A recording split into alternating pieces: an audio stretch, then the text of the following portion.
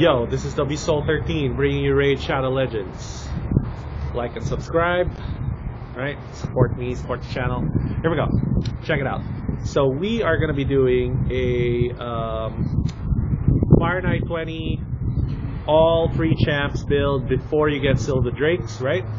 So it's not really the build, but more like the comp, because for a lot of people the build is pretty hard to do, you know, and we get that the build can be hard to do for a lot of people, but the reality is the comp is available, right? So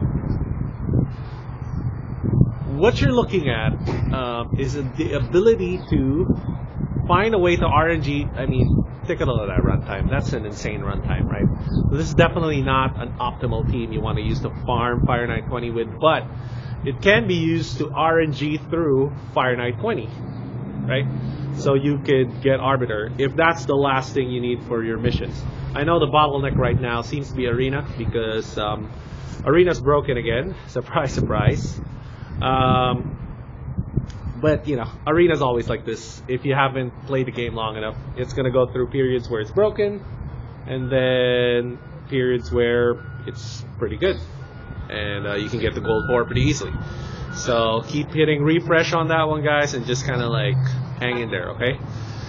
Alright, so we're going to take the same team, and we're going to do a Fire Knight 16. Yo, this is WSoul13, bringing you Raid Shadow Legends again. We got cut off on our Fire Knight video, but now I want to finish it. So, what is the point of that video in the first place? Like, why show you this like 20-minute team that can auto Fire Knight 20? Well, one, that is the requirement for getting Arbiter. I know everybody is stuck on missions right now because of Arena, but that is the cycle of Raid, honestly. That there are times where Arena is gonna be annoying, and there are times where they're gonna unleash some bots and let Arena be easy again. By bots, I don't honestly mean just like just random accounts that Plarium is putting in there. I'm talking about like whether it's a real opponent or not, it feels like you're playing against bots, yeah? So it's just easy fights all around, and getting the gold 4 is going to be easy again. It's going to happen eventually. I mean, they can't bottleneck people from Arbiter forever, you know? That's just the way it goes. And Arena and Raid is not really the best implemented in any game like this, and everybody knows that. There's no need to comment on that further than just understanding that you can keep pushing in Arena, just try to push as high as you can, but eventually it'll open up. That's the point I'm trying to make. And once it opens up, it is actually the dungeons that's gonna be the bottleneck for some people. Most people, it's Arena. They're probably done with stage 20 dungeons. If that's the case, you're already done with stage 20 dungeons, then this video isn't for you, obviously. This video is more for people that are coming up in the game, and they're trying to figure out, okay, can I put a Fire Knight team together without getting lucky in shards? So the answer to that is a resounding yes, you can. The only problem is, so we've already done the stage 20 version of this same team, right? So we want to do, so you've seen that the stage 20 version of that same team can do it. The only problem is, so we had Lordly Legionary there, and the only problem is, it takes way too long. So it's not practical to farm there, right? So 20 minutes, definitely way too long a run. So what you want to do is you want to farm 16. There is a problem with farming 16. The big problem with farming 16 is the Paragons, right? So how do you fix that problem? In my opinion, you fix that problem by doing this. So you add a little bit of a... so this is kind of the core team right here. These are the decreased turn meter champs. So we could use a control champ, and then instead of Broadmaw, to pick us up every time somebody dies if they're too fragile. Alright? You could actually just go heavier on damage here and just go War Maiden. War Maiden or Alexander will work. It's the same kind of principle. So let's turn that off, and we're gonna go. And we're gonna test this theory right now. So, what I did was, I think I took the exact same theme from the last Fire Knight video, and I just kind of like put it on 16, and here we go. So there is actually a big hurdle here in 16 that you have to get over, and it's not the boss. So obviously, if your team can beat Fire Knight 20, that same team can beat Fire Knight 16. So I already shown you a Fire Knight 16 video, right? This is more like how much faster your Fire Knight 16 run could be. And all you have to do is actually just put a little bit of damage into your build. Like right there. And the best source of damage this early on in raid is actually War Maiden. You know? So if you have War Maiden on and you can put those decreased defenses on, it will make it a lot easier, right? So actually, I wanna go through some of the builds real quick because these are not builds that you're really gonna do. So the reason why I don't do stat thresholds for the stage 20 dungeons other than dragons is because the stats are gonna have to be whatever they need to be. So some people could build with a little bit of crit rate. Some people can build with a little bit of more defense for clan boss, right?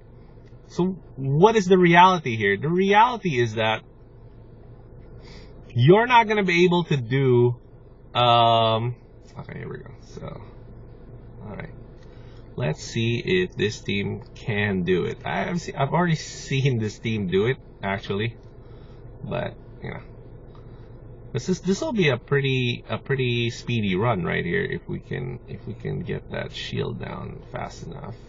Alright, here we go. Shields down. Alright, I need you, Armiger. And I need this one. Alright, so there we go. So it kind of worked. This is why the run has sustained. It's because what's his face? Lord of the Legionary actually brings some continuous heal. So let me finish my thought there about the stats you need to build for the stage 20 dungeons outside of Dragons 20. Dragons 20 is a very specific build. You're going like speed 170, HP 40k to 50k for Dragons 20, and then accuracy 200 plus. That's it. Pretty much those same stats applies to all the other stage 20 dungeons. So you can't really dip below 170 speed. I mean, you can, but it's not recommended. You can't really go way lower than 40k HP. I mean, you can, obviously, but it's not recommended. And obviously, you never want to be lower than the 200 accuracy if you're going to be doing stage 20 content. Okay, great. So what's the problem? The problem is there's so many other areas in the game that you'll need to fill. So there's clan boss, you need defense for clan boss, and then arena nukes, you need high crit rate for arena nuking. You know, a lot of people are going to be stuck on their starter as their arena nuker until they get Dark Ilhane or until they pull something better, or that epic we just got from the last fusion event, Filja, is going to be a great arena nuker. There we go.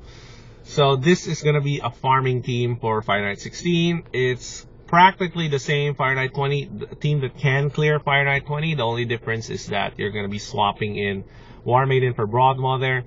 And the reason why is because obviously once you get up that high in dungeons, there's a chance one of your guys could fall down and Brahma will pick it up. So that makes the run a little bit more closer to 100%.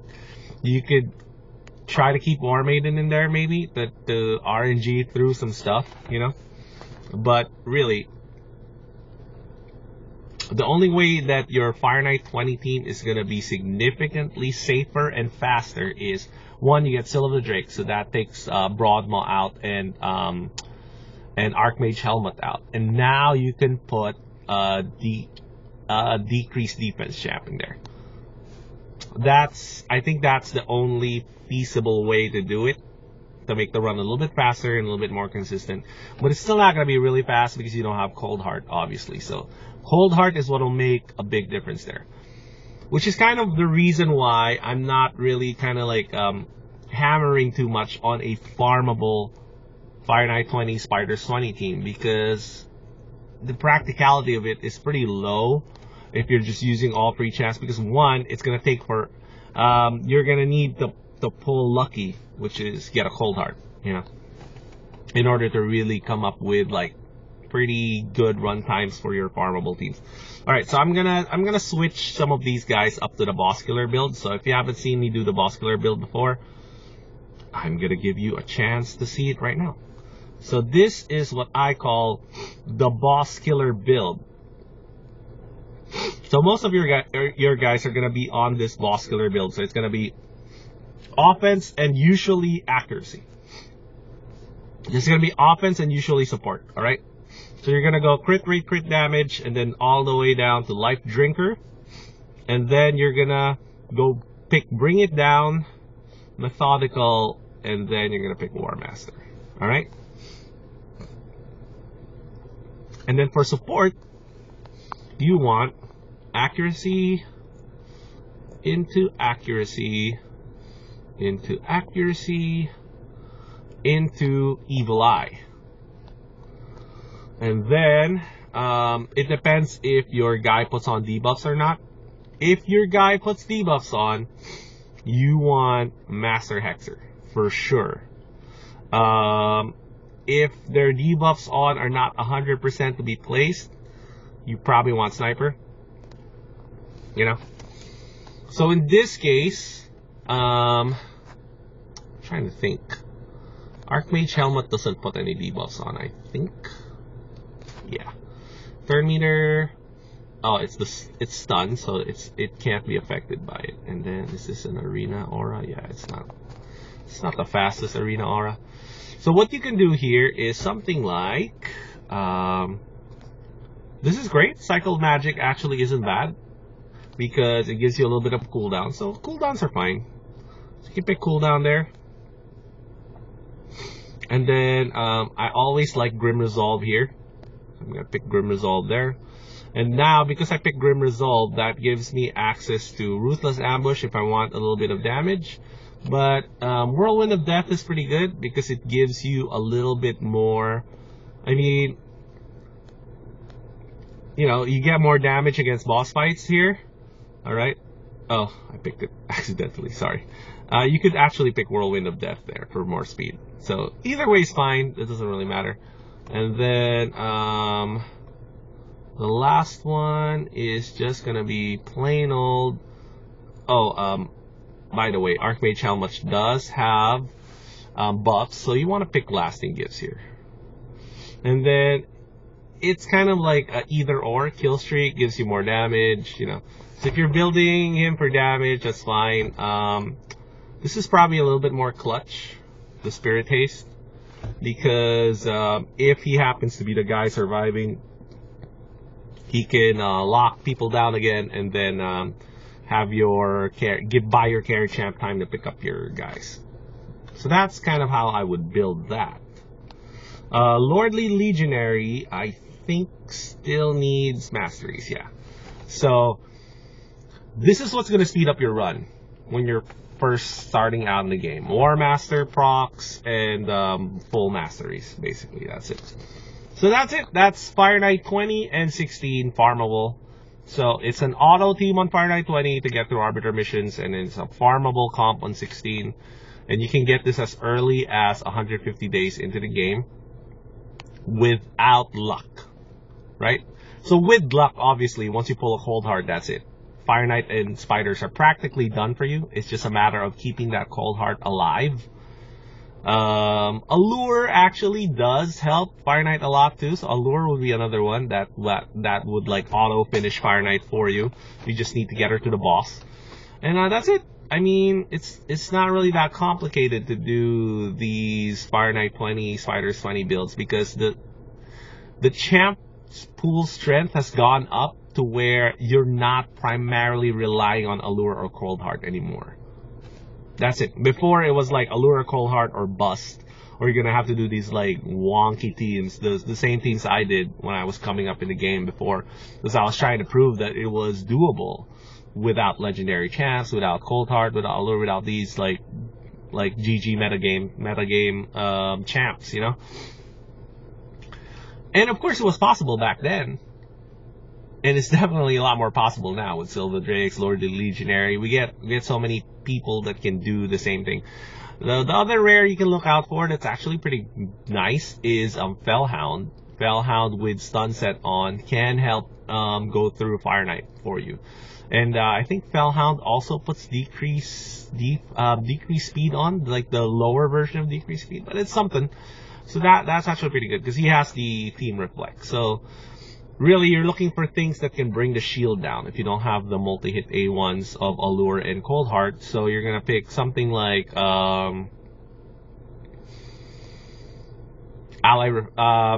Team Reflect. So something like Fellhound, Lord the Legionary. Those are kind of like the popular ones that do it.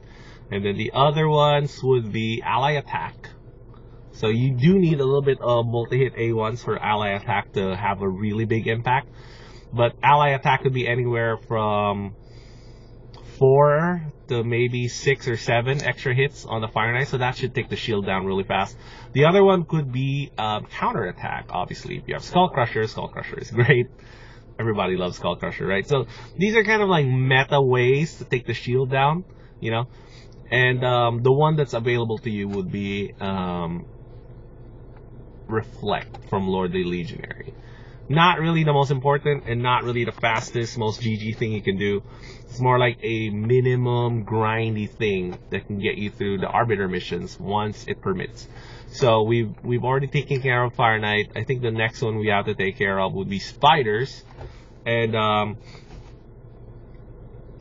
we'll probably tackle that on a different video, because I think Spiders, I don't know how quickly you can come up on Spiders without Seal of the Drakes. I mean, I'm pretty sure it's possible. It's just, I'm not sure. I'll have to do some testing. Alright, so I'll see you guys next time.